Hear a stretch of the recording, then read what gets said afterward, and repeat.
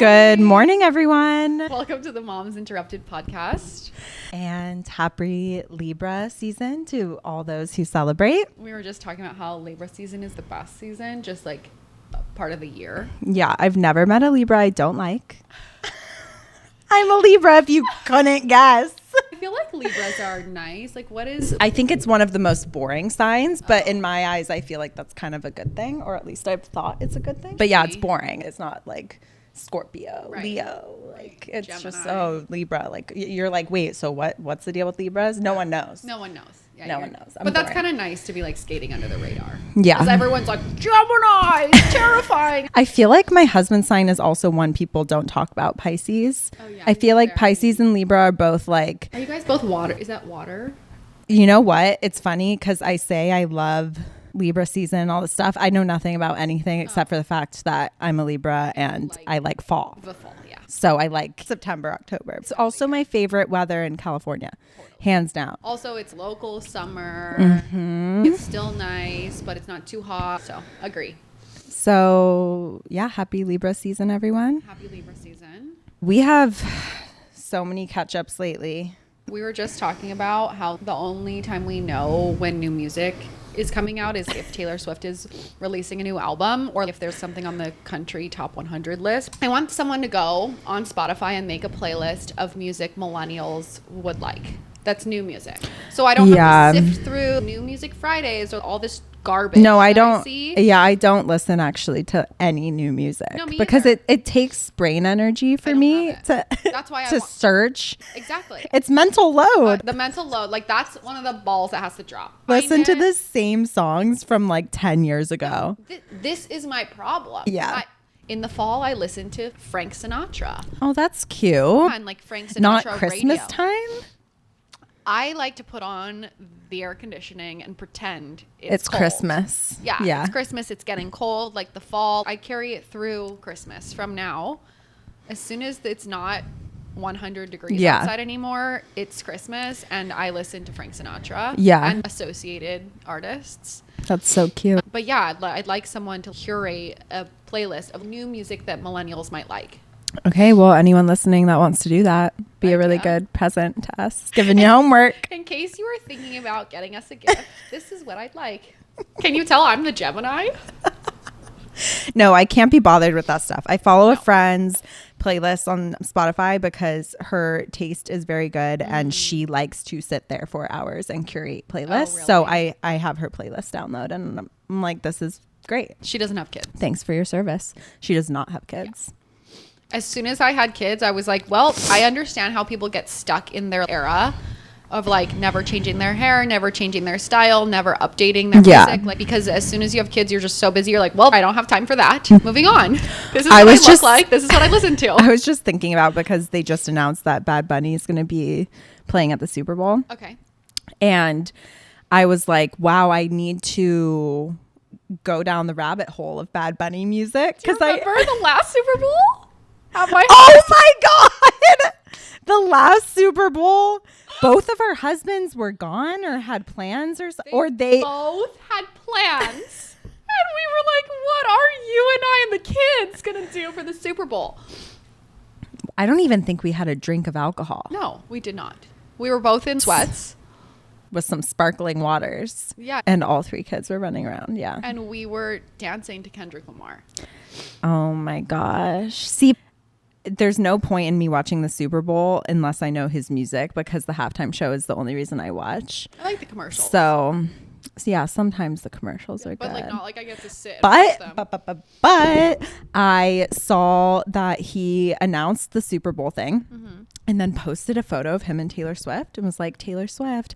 And everyone thinks it's one of her Easter eggs and that she's going to like do something with him. She for sure is. Which would be crazy. I wonder if especially if Travis ends up being in the Super Bowl, then she's gonna do something with him. I was literally just gonna say, you took the words out of my mouth. I bet she'll do like a cameo if the Chiefs are in the Super Bowl.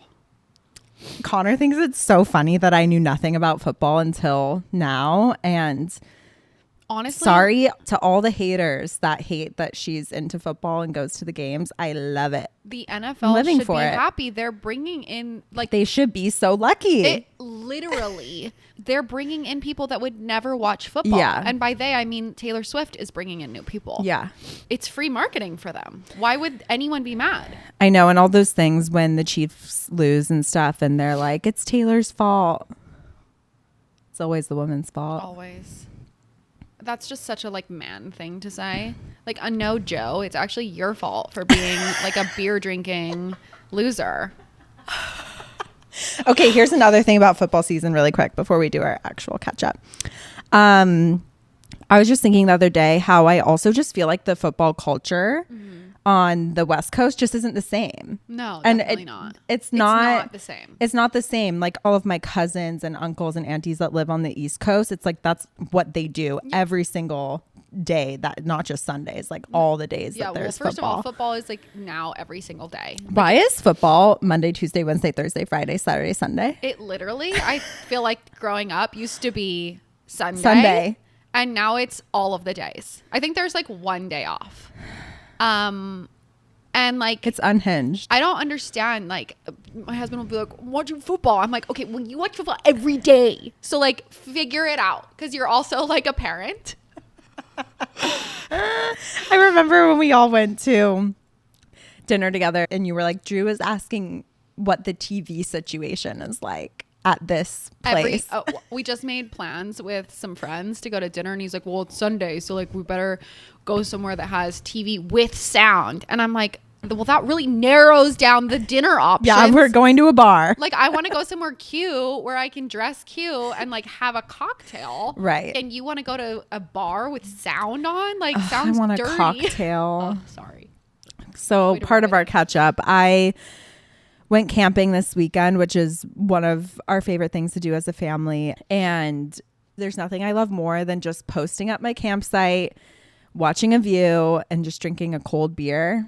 And it just doesn't hit the same when you Can't have a beer. like, I'm supposed to be one with nature and not be like, I really need a cocktail right now or a beer. But it changes the experience. For sure. I feel the same way, but like, well, I don't camp. I like to go.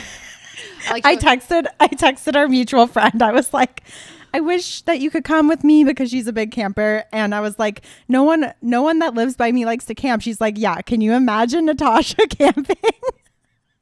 And then the person next to me had like a cat tent for their 2 cats. And I texted to Natasha. I'm like, perfect. Bring Leo.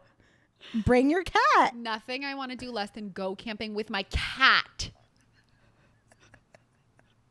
The fuck? This was actually one of the top unhinged things I've ever seen because they brought their 2 cats camping with, I have to post a photo somewhere about this. And it was like a play gym, all this stuff. They thought that it was a good idea. This was in Big Sur to let the cats sleep there the first night. There's tons of raccoons, birds of prey, coyotes. As opposed to where else would sleep they in their tent. Where else are they going to put them? In their tent. Where? Not the cat tent. Oh, their tent. The cats had their own tent? They had their own tent. Okay. This is getting weirder and weirder as time goes on. And they were out there like sitting ducks, and the raccoons came out and the cats were like, and the raccoons were like, and it was a standoff. And so we heard the whole thing through our tent, and then they finally brought the cats into their tent. And I'm like, duh. Also, raccoons. We're in a wild area. Raccoons are like the least of my worries. Raccoons would win that fight, by the way, yeah, for sure. For sure. They're scary. But like, what about other wildlife? I know. This is just no. It's a no for me. I want to go to a cabin. Yeah. But that's where I draw the line. But back to the beer thing though. Yeah. I like to drink a beer on the mountain while I'm skiing. Yeah. Yeah. Yeah. Similar. I was just talking about when I like to drink beer. I love drinking a beer when I'm skiing in my ski outfit at the slopes. I'm like, I like to drink a beer at a campsite with dirt. It's different. But that's the only time I like to drink beer. No, not on like a cold Corona on the beach. Okay, yeah, sure. That too. Well, more like in Mexico. Yeah. Like, I just think the point here Yeah, tell is me. that I'm almost halfway through this pregnancy. Thank the Lord. 3 weeks. I'm bumping myself up 3 weeks. the point of the cat story is that you're almost halfway. No, to the point of pregnancy? the beer story. Oh, okay, we're back. Because I'm starting to feel good. I'm starting to feel good when I'm starting to be like, ooh, a beer sounds good. Totally. Because until now, I was like, I don't miss alcohol. Right. I'm trying to sleep. Yeah. I'm trying to not vomit. not vomit. When was the last time you vomited? And like a week ago. Wow. Yeah. That's wild. Yeah, it's awesome. You're like almost And- on the other side. And I slept really well camping, Oh, that's nice. which does not happen usually. Oh, really? Camping, and I did not take Unisum. I didn't take anything, and I slept pretty much through the night Wow. like a baby. And I hate that saying. I know, I hate that like saying a too. baby. My baby wakes up at 4:45 every single morning. I slept like a bear in hibernation. Yeah, like a koala. Oh, in hibernation, I like that. Yeah. And I think it really had to do with no screens, no service for 48 hours, no TV, no phone. Besides, Yeah. I took a few photos. And then I also just had no crazy stimulation. I was just in nature and I Yeah. had to go down with the sunset, up with the sunrise. And I know it was just 48 hours. I do feel like being in the sunlight all day, exercising Yeah. and just like having no distractions was Yeah. really good for me. It is good for your brain. So it was for a sure, nice and body. reset. You also had a crazy weekend. I had a crazy weekend. And I felt so bad I was gone for this Yes. because I would have helped So and come rude over. of you to like have plans with your family. Wow, I need help. I solo parented for 5 days this week, including over the That's weekend. so rough. My husband came home and was like, "I'm so sorry." I Thank told my you husband so much. I told my husband that you were solo for that long and he was like, "Why don't I ever do that?" I was like, "No, I mean, no, he's not gone." What do you mean? You're like, this isn't the point of that story. Yeah. Okay. You're He drawing. was like, "I need to take more guys trips," which obviously he should, and I would obviously be like, "Go." I take girls trips. I'm going in 2 weeks on a girls trip. But like yeah. Okay, but this was like a conference. in Cabo, that's so fun. Yeah, I know. It's like a conference. Men always have conferences. So like, Anyway, sorry, I'm taking away from your story. no. It's so true what you just said. We're going to start planning Moms Interrupted conferences. Yeah. And 5 days in Ojai. 5 days in Ojai at the Ojai Valley Inn. Perfect. The days will be full of spas, laying out by the pool, reading our Kindles. Yes. We'll network our butts off. I can't wait. Can't wait. When both of us are done being pregnant and breastfeeding. See you in 5 years. I finally got into service. I was like, "How was your weekend?" She was like, "Well, I had 3 glasses of wine and a pint of ice cream for dinner every night." So what did you do with them? Any learnings? Like what did they have fun doing together? I feel like some positives must have come out of being solo with them. Any special moments? They play actually pretty well together. Yeah. They're really cute. I mean, my son is just like a rough and tumble kind of kid, and so I have to really watch him with the baby because like, she's petite and she's a baby. Yeah. But it's really cute and he loves her and she's obsessed with him. So She just cute. follows him around everywhere he goes, just like la la la, toddling around. But what we did do, which was super fun, was I took them to the pumpkin patch. Cute. And they have a bunch of little kid rides, like the swings that go around and some bounce houses and all kinds of cute stuff. A petting zoo. So we did that. The petting zoo was disgusting. I can't. Like, it was just all goats, and like the goats are so, I obviously don't do nature. Okay. We're like opposites. I literally was like, I have to leave because I'm going to throw up. The thing that I will say about solo parenting for that long is like my husband came back and I was like, I'm superior. I'm really badass and I just crushed it. Yeah. This morning he was like sitting on the couch reading the newspaper, drinking his coffee, and I was just like, I'm better than you. Well, that, and you know what I was thinking about the other day? It's a lot more rare for men Yeah. to experience what you just experienced. My husband has never been alone with both kids for more than like 2 hours. So my husband has done some weekends solo. Yeah. Oh, my husband just took my son on a 4-day long trip. Yeah. Just them two together. So like he can do the older one, but not baby. Usually it's with parents involved. Oh, for sure. He was at Yes. he was in his parents' house. And my husband's the same as I call in the parents for reinforcements. Yeah. One or the other, my parents or his parents. Yeah. And to be fair, that's usually because, you know, he can't just take off work because I'm trying to take off my work, which is taking care of my son. Yeah. Whereas like he could just go and leave and like everything would be fine. The world would operate the same way. Exactly. So it's just something. It's like supplemental parenting. Yeah. It's just so interesting. Like I don't think he'll ever experience 5 days solo totally. Not anytime soon. With no help. Maybe when they're older. Yeah. Like I think that when they're older and more self-sufficient. But like, that even then they'd have to all be in school. For sure. You know what I mean? Whereas like you were a lot of the time full day, Leah, and like you like it's just that's not something they'll ever have to like comprehend. No. It's just different. Yeah. It's just different. It's wild. But yeah, we did a lot of fun stuff. We went over to some friends' houses and did like power in numbers, barbecue, 6 kids fun. running around. We did the pumpkin patch. I feel like when I'm solo parenting, my mindset is just like, well, nobody else is going to do it, so I have to do it. I'm walking the dog with both kids. You almost like do more. I totally that do happens more. to me too. I totally do more, and I'm just like, it's almost like that saying, like the more you do, the more you want to do. Yeah. It's like I better ramp it up a little. Yeah. Plus, staying inside is just torture. And 100%. And nobody is coming in to give me a break or take a kid or serve a meal or something. And so it's just like, we're getting out of here. We're eating every meal on the road. I do not want to clean the kitchen. Like, I just like to put the kids in a stroller and feed them a meal while we're walking the dog. Yeah. Because I don't have it in me. I keep it really simple. No, it's impossible. Yeah. Or just like not fun. Like definitely not fun. Yeah. But I would say like overall, good. And also, again, proud of myself. Yeah. Just crushed it.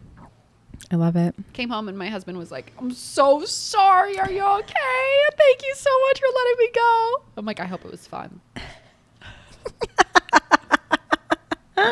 So maybe you should go on that New York trip.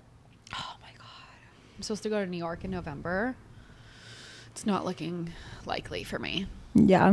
When you're still breastfeeding, it's like everything will just forever be up in the air. You can't really like, it's just too hard sometimes. Yeah. When I went away breastfeeding, I think it actually like caused me more stress. Yeah. So much prepping and so much. No. Yeah. I think you have to finish breastfeeding and then yeah, which actually is a perfect segue into our subject because we asked on social media, aka you guys, but also just randoms, not just the Moms Interrupted village.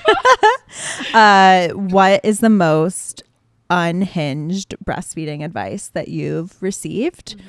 And we thought it'd be fun because we got so many to walk through them and just discuss as lactation educators and as people who have breastfed 3 different babies so far, what we think. Have you ever breastfed somebody else's baby?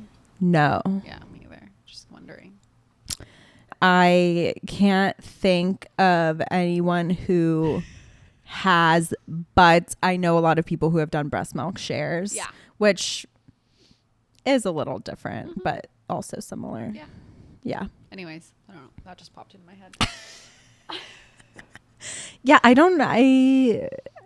it's cool if people do, but I just can't imagine. Yeah, I think like if it was like a dire situation. Yeah, like they didn't take bottles. Yeah. So you can't just donate the milk. You like have to, Yeah, if someone was like, you know, the mom is in the hospital or something and the baby's crying. Oh, yeah. Like, go ahead. But otherwise, no need. Yeah, it's kind of a bummer that doesn't...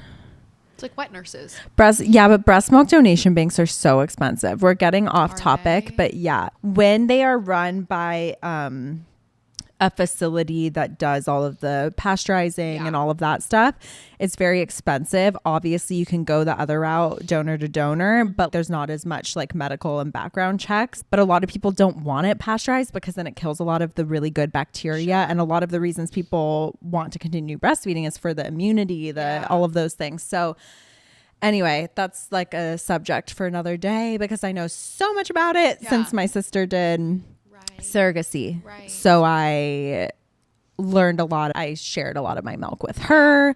My neighbor shared a lot of milk with her. It was like a community thing. And she looked into UCSD donor milk bank, and it is pricey. Is it? Pricey. But it's a really well-run establishment. Yeah. You know you're getting safe milk. Yeah. And like she had to ask all these people, like, what meds are you on? What are you? And you never, it's just, you know, honor code. Right. Like you're hoping that they're Totally. you know, telling you the truth, but you don't know. Right. So yeah. Is it like, did she pay those people for their milk? A lot of it was donations. Yeah.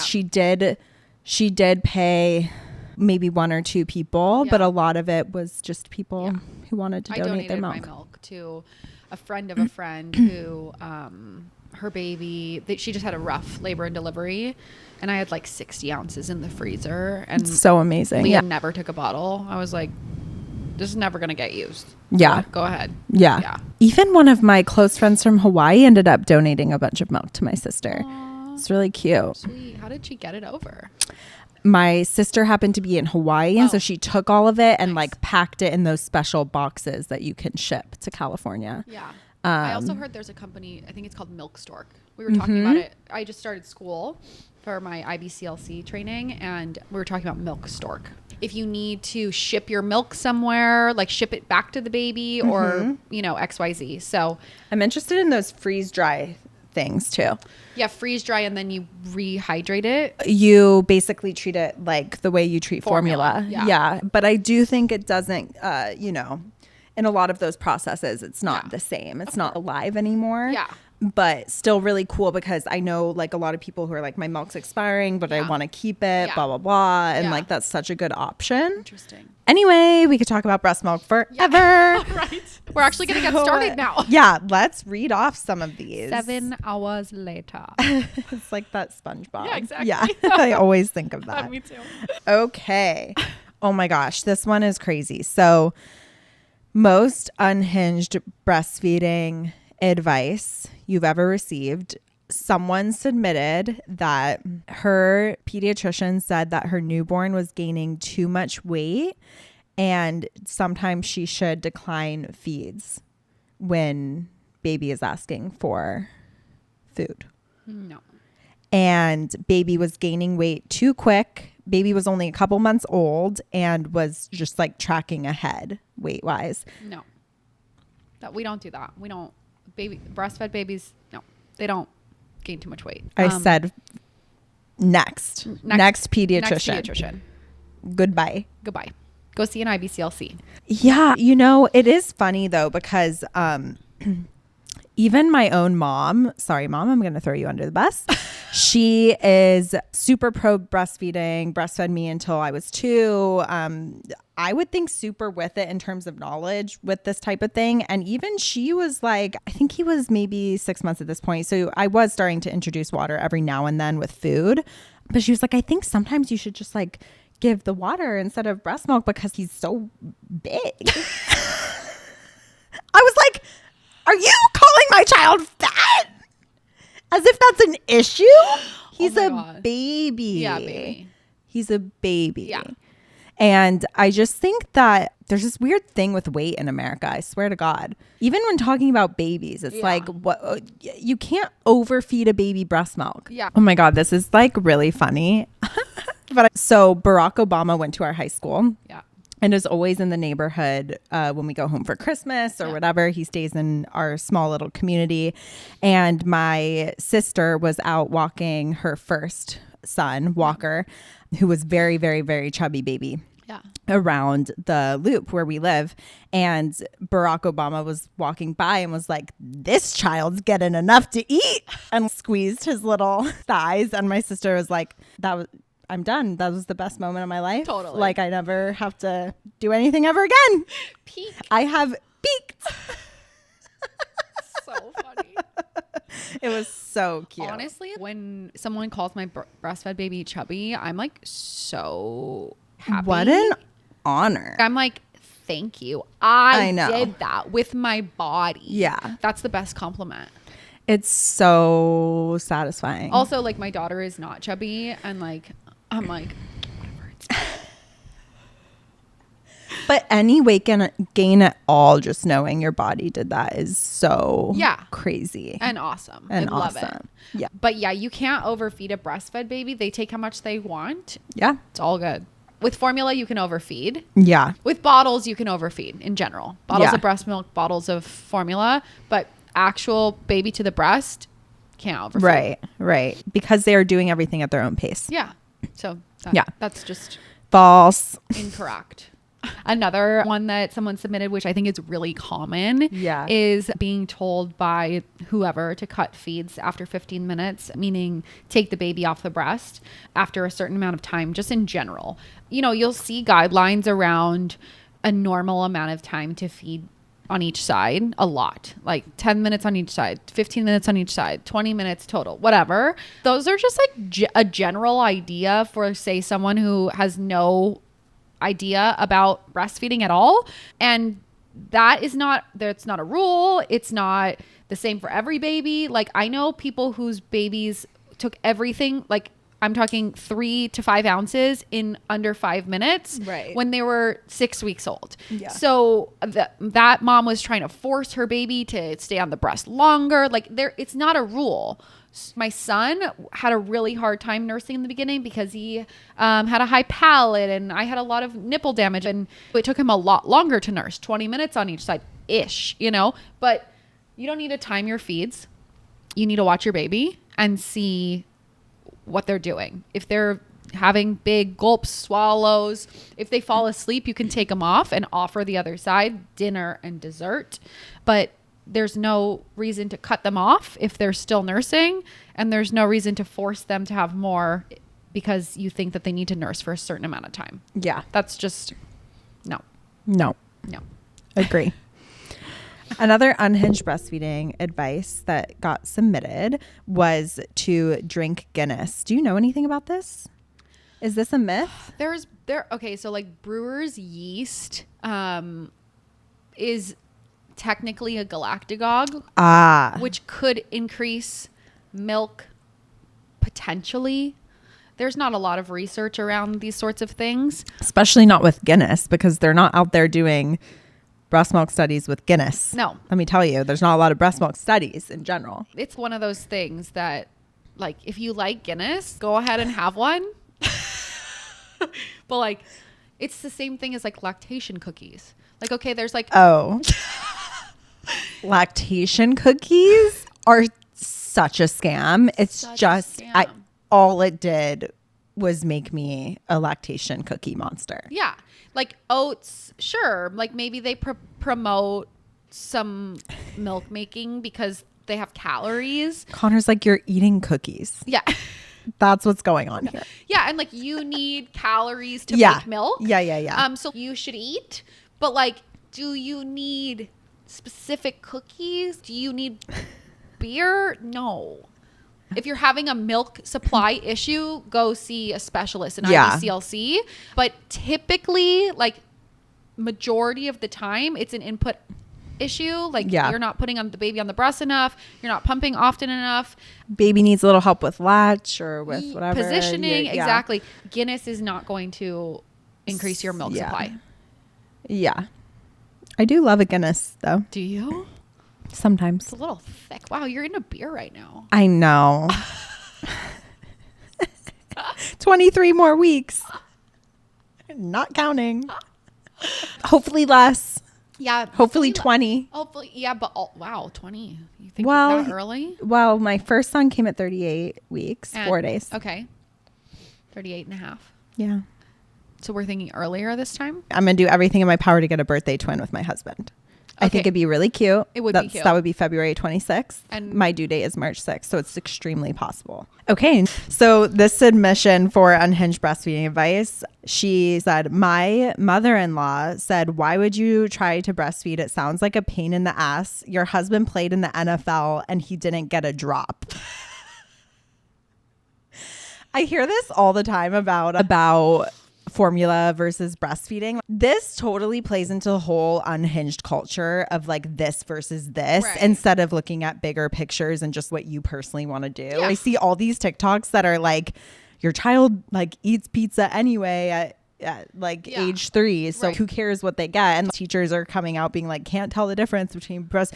It's like, no crap. Like we're like, I'm not, who is out there arguing that no one is saying that like, if like I give my kid breast milk, they're going to be an astronaut and yours is going to be homeless. Like, or if you are saying that, that's just as unhinged. I just feel like this whole discourse online about formula and breastfeeding and all this stuff has become so unhinged. It's just people like justifying their choices, and make whatever choices you want. Yeah. Just like leave other people and their decisions alone. It's all the people's comments on like all the things that have nothing to do. It's none of my business what you do. Totally. None of my business. We're just here to debunk all of the unhinged, uneducated advice that people get, at least around breastfeeding, because that's around breastfeeding. Yes. Yeah. Yes. The other stuff, not our wheelhouse, not my business. No. And not my business if you choose to breastfeed or not. But if you want to, I'm here to help. Yeah, exactly. Another one that we got was that someone told this mom that her baby would nurse 8 to 10 times a day, and she goes, LOL. More like 15 to 20. Yeah, I just like think stop counting. There's no reason to count. Like the number is just going to stress you out. We've talked about this. I think that's the biggest lie 100%. Moms are told is the every 2 to 3 hours, 6 to 8 times a day. This. It's like, sure, make sure you're hitting minimum that like maybe, but like, it's like. Something I want to call out and that I've wanted to say before that I just like have forgotten to say is that babies in the beginning need help regulating their blood sugar, right? So like the 2 to 3 hour thing is like, don't let them go past 3 hours because they need help, right? Like this is like very early days, like the first 2 weeks, right? Before they're back to their birth weight. Don't let them go longer than that to help them regulate their blood sugar. They're really fresh. They're still figuring everything out. Their body is still figuring out how to be outside of the womb and do all of these things. So that's the idea. I think that's where that came from, the 2 to 3 hour thing, but it's really turned into this like feed your baby every 3 hours or feed your baby every 4 hours. Feed your baby when they're hungry. Right. Like it's not a schedule. Right. And it probably like never will be. Also, I chat GPT'd just because I was curious how often, this was like 2 months ago, 11-month-olds breastfeed, and it was like 3 to 4 times a day. And I was laughing so hard.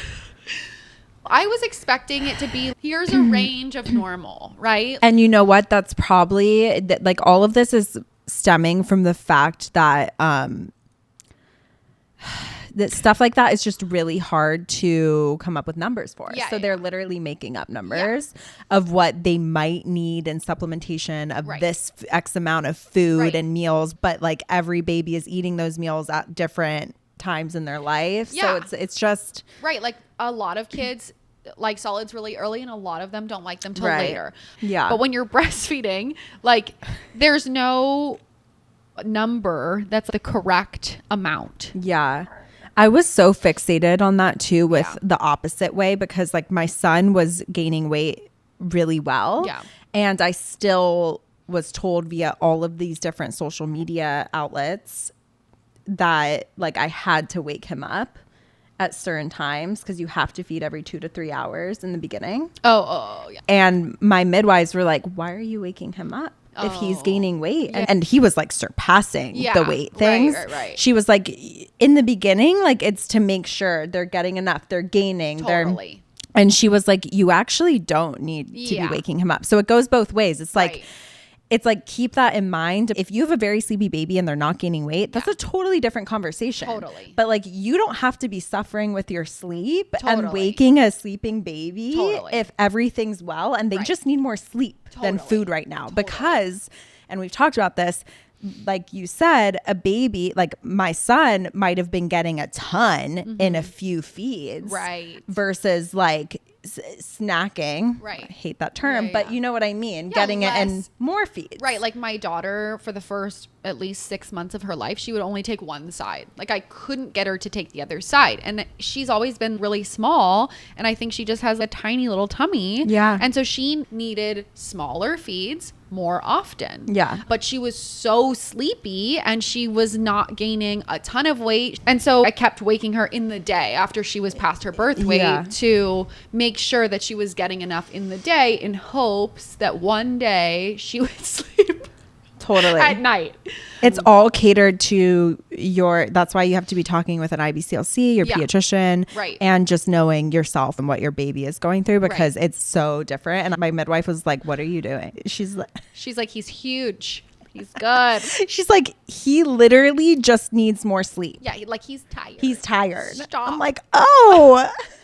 Anyway, that was like mind boggling to me. Yeah. Okay. Next one. This kind of goes hand in hand with what we were just talking about. So we got one that says, my pediatrician told me not to let the baby cluster feed because he'd lose too many calories. This is a myth. It's so sad. Cluster feeding is natural. It's normal. And it has a purpose. Yeah. It's to tell your body, if you think about it, like the baby is putting orders in for what they need. It's telling your body, signaling your body to make more milk. Every time your baby is drinking milk, your body says, oh, we need to make more milk. And so when they're cluster feeding, your body is getting the signal, make more milk. And in 20 minutes, it's saying, make more milk again. And then in another 20 minutes, make more milk again. So that in the next couple days, instead of having 1 ounce at that time, now there's 3 ounces. And your body knew, oh, I made the correct amount for my baby at this time. That's how much they want at this time. And who is this pediatrician saying that he'd lose calories? They used to say that. They used to say, don't let them nurse as often because nursing burns calories. And if you nurse them too often, they're burning more calories than they get. Yeah. Meanwhile, when you do that and you don't let your baby cluster feed, your milk supply is never going to be enough. And so they won't gain weight. Yeah. It's so backwards. Yeah. This brings me to another one that was said that makes me think of outdated advice that's still spoken about. Someone wrote that their pediatrician told them in the early months for more calories to put milk cereal in their breast milk bottles. And what? Yeah. And this happened to multiple women in my newborn classes. Like this year? Yeah. No. And they said it totally messed up their digestive system. Of course it did. It messed up their whole feeding experience. I was sitting there like, why is this still being recommended? This was being recommended with like my mom's era. Like, this is not a thing anymore. I would hope no IBCLC would ever. No IBC would ever. That is crazy to me. Crazy. A baby's stomach is not set up in the early months for rice cereal or any other random food supplementation being put into a bottle of breast milk. So sad. Really sad. I would just like a list of these people's names that are saying that so that I can write a complaint. Yeah, it's crazy because as a lactation educator, you have to make sure you're up to date on all the latest guidelines and all the latest research. And Dr. Yoshi, who came on our podcast a few months back, explained this. He said, you just kind of never know what you're going to get in terms of breastfeeding experience from a pediatrician. The range is so wide. Yeah. So someone might, become a CLC or be a lactation educator or be an IBCLC or have no background. Right. And it's not up to them to continue that breastfeeding education to remain a pediatrician. They don't have to. Their specialty in infant feeding is making sure the baby is gaining weight, and otherwise it's not their specialty. The type of feeding or the support for that feeding, it's just crazy because you would think that that's part of the job, but it really isn't. Yeah. But I cannot believe that instead of just saying you need to go see an IBCLC, they're saying put rice cereal in your breast milk bottles. Supplement with rice cereal. No. Or like baby oatmeal, like those adjacent things. No. That's so sad. It messed up their child's poop for a long time and they got sidetracked with feeding and ended up switching to formula, which is fine, but that's not what they wanted. Yeah. And so it was just a bad experience. I was just reading a study for homework about wheat in babies and how it should probably be minimized in the beginning when you're just introducing food because the babies Digestive system is really naive, and Yeah. it's hard to break that down in the beginning. Well, that's how solids recommendations have changed so much, because it used to be, okay, baby oatmeal is like the first thing, or rice cereal. Now it's fruits and vegetables. And now it's just like, okay, sure, if you want that to be one of the first things, like whatever. Yeah. But that is not the recommendation for like, this is what you should start with because it's better. It's like, no, whole foods. Right. I was watching fruits, 60 veggies, minutes. meat. I was watching 60 Minutes, and they were doing a whole series on infant feeding in other countries, actually. This was a while ago. And in poorer countries, there's a real lack of education, and moms were feeding their babies packaged cereal 3 or 4 times a day. And that was the only solids they were getting. It's just so crazy, because as we do more research, things change and we learn new things, but there's a lag in getting that information out to people. And unfortunately, these underdeveloped countries are where, you know, people get it last. Get the information last. And it's just sad.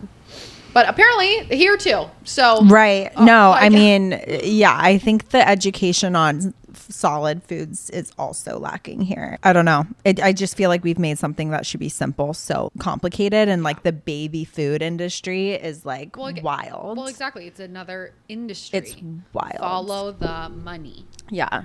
Like if I feel very strongly about why do we have baby food? And I think, yes, convenience, the society we're in, we need it. It needs to exist for sure.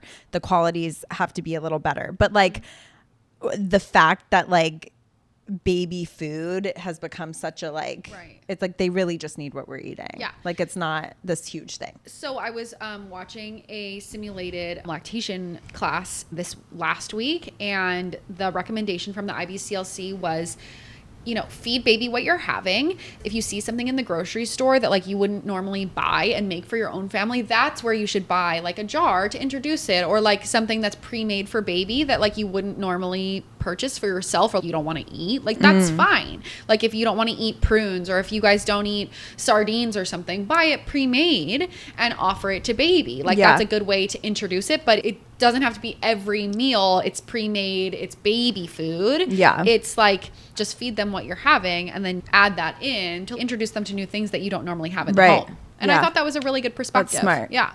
Next. So this person submitted that someone told her to pinch her baby if they bite me during breastfeeding. There's a lot of interesting recommendations for biting and breastfeeding. Yeah. And as someone who gets bit often, what do you do? I haven't tried pinching her. I just stick my finger in her mouth, pop her off, and tell her no. And then if she cries and she wants to try again, she can try again. But every time she bites me, I am very consistent. Obviously, sometimes you're like, oh, you're caught off guard, especially like the first few times. Yeah. A lot of times she'll cry and she'll say more, and she can try again. Yeah, but pinching feels interesting. Yeah, I don't think that they are going to learn that way. Yeah. Pinching. I also think it's like we're adults. Yeah. Like, do we really need to pinch our baby who doesn't understand why they're like, I don't think they're trying to hurt us. No. So I don't feel like it's right to be like back. It's like, why are we like fighting with our newborn? I think that it's, again, it's outdated. We're adults here. Right. We don't need to like get our baby back. You know? Yes. Like it just seems a little absurd. I think it's outdated advice again. Because they used to say stuff like that. Like I used to bite, and my mom said that like some of the advice that she got, not bite while breastfeeding, but bite other kids. And some people told her like, put Tabasco in my mouth when I bite a kid. And, someone told my mom that she should bite me when I bit someone. So again, I think this is just like outdated advice. I think we need to have Debbie, our toddler coach, come back on to talk about that. And I do think it's outdated. Like I just remember when I would swear I'd get soap in my mouth. Yeah. And I just don't think that's a thing that I'll do with my kids. Never say never. But yeah, probably not. I used to. I just don't think it really taught me anything. But it taught me I didn't want soap in my mouth again. oh, I kept swearing. Oh, I mean, same. Yeah, I didn't. I don't think it like. But I stopped swearing around my parents. Yeah, I don't know if I did. Yeah. But one thing that I wanted to say about biting is when babies are biting, we want to know why they're biting. And I think that this goes back to Debbie, the parent coach that we had on, and like understanding why kids are acting a certain way. Like, we don't want to just pinch them because they are trying to tell you they're trying to get more milk out, or maybe they're teething. And so we kind of want to get curious and understand why they're having this behavior. Like for my daughter, I know that it's just because she's teething and she bit me. So we kind of want to troubleshoot. Yeah. So if your baby is biting, I would say, again, follow up with an IBCLC. Yeah. When my daughter bit me so hard. It's a form of communication. Yes, exactly. They're trying to communicate with you. And my daughter bit me so hard that she broke the skin. I reached out to my IBCLC and she was like, well, what's going on with her? Like, let's figure out why she's pissed. Yeah. And it probably had to do with that I was trying to wean her and she was mad about it. Also, she's teething. So who really knows? But we want to troubleshoot those things and make sure it's not like a supply issue or like they're getting frustrated with your letdown, taking too long. So stuff like that. So yeah, it's a sign of something. Yeah. Communication of some sort. Yeah. Oh gosh.